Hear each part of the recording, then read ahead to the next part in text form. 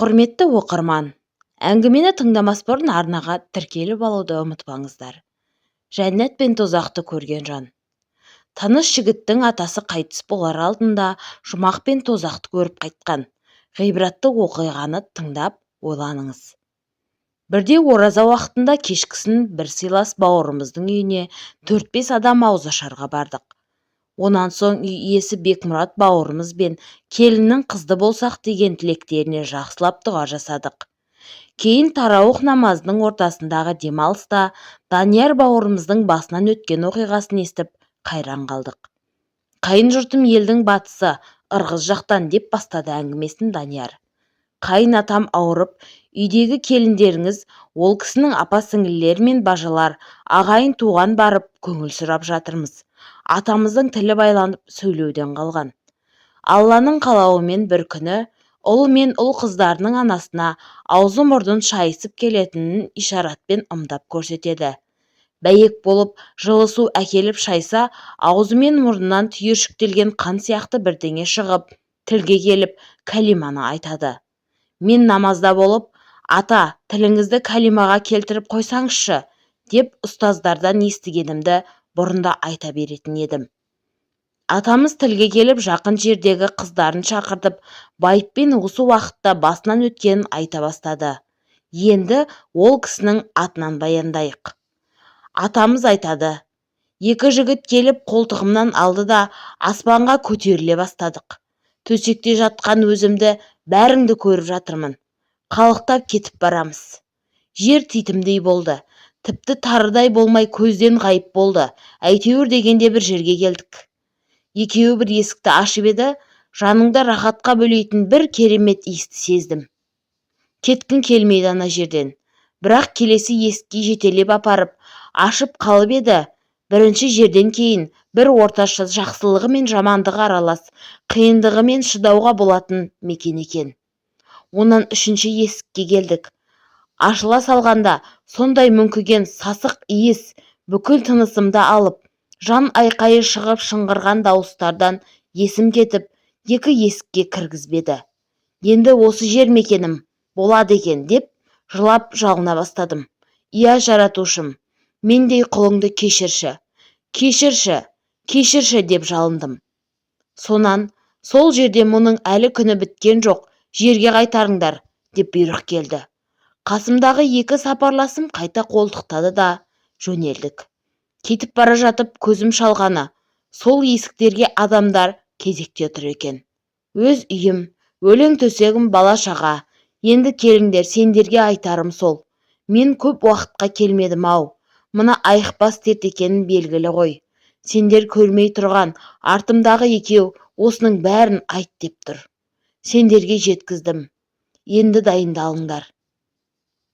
Данияр: естігенімізден бәріміз есіміз кетіп, дайындық қамымыз біреуіміз малға, екіншіміз қажет заттарды қамдаумен кеттік.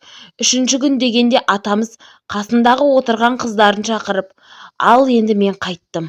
Аллаға аманат. Бақыл болыңдар.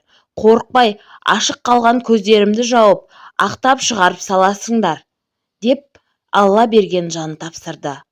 Жаназа, жоқтау, жерлеу бәрі өтті. Атамның өмірінің соңында тілін кәлимаға келтіріп, періштелерін жіберіп, бәріміз баратын жақты көрсетіп, артында қалып бара жатқандарға мұғжиза көрсетуінің себебі неде екен? Кеңестік дәуірдің идеологиясы, ғылыми атеизмі қанына сіңіп қалған аға буын өкілі болған қайын атаммен осындай жағдай болғанда бір сыр бар ғой деп сұрай бердім. Сөйтсем, шынымен де адам жарықтық, үнемі жасайтын бір сауапты амалы бар екен. Ол кісі көлікпен келе жатып, жолда қайып қойған мүсәпірді қазақсың, орыссың не басқа ұлтсың, ішіп алғансың деп қарамай үйіне әкеліп, тамақтандырып, жуындырып, қонатын жайын даярлап, таңғы асы мен жол қаражатын беріп шығарып салады екен. Міне, жар салып, рия қылмай ізгі амал жасап жүрген құлын Алла көруші. Осылай да болады екен. Пайғамбарымыз заманындағы мұғжизаларды сахабалар мен ізгі халифалардың табиғаттарын, амалдарын айтылса, енді олар ұлылар, Алланың сүйген құлдары, олардың иман беріктіктерімен салыстыру қайда? Біз бір әлсіз пенделерміз ғой, деп сынаққа сылтау іздей бастадым. Ал енді осы заманда қасымыздағы бауырымыздың қайын жұртында болған оқиға бізді ойландыра ма? Әңгімеміздің соңында миллиардер Стив Джобстың өмірден өтер кезінде өкініш сөздерін жаза кетуді жөн көріп отырмын. Ол не деп еді? Мен іскерлік әлемде өз шыңымды бағындырып,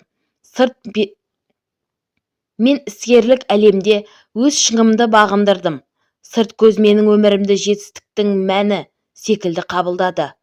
Дәл қазір төсекке таңылып жатып, өткен өмірімді көз алдыма өткізсем, жанымды алмай қоймайтын ажалдың алдында байлығымның еш мәні жоқ екен.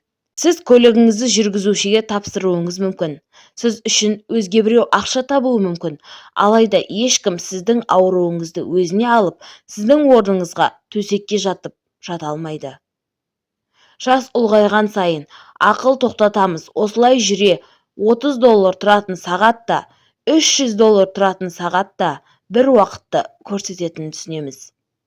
$30 тұратын әмиян тапсақ та, 300 тұратын әмиян тапсақ та, ішіндегі ақшаның саны бірдей болады. $150 миллион көлігін мінсек те, $30 мың тұратын көлік айдасақ та, межелі жерге бұйырған уақытында жетеміз. 300 шаршы метрді құрайтын жерде тұрсаң да, 3000 шаршы метр жерде тұрсаң да, жалғыз болсаң, бәрібір жалғызсың.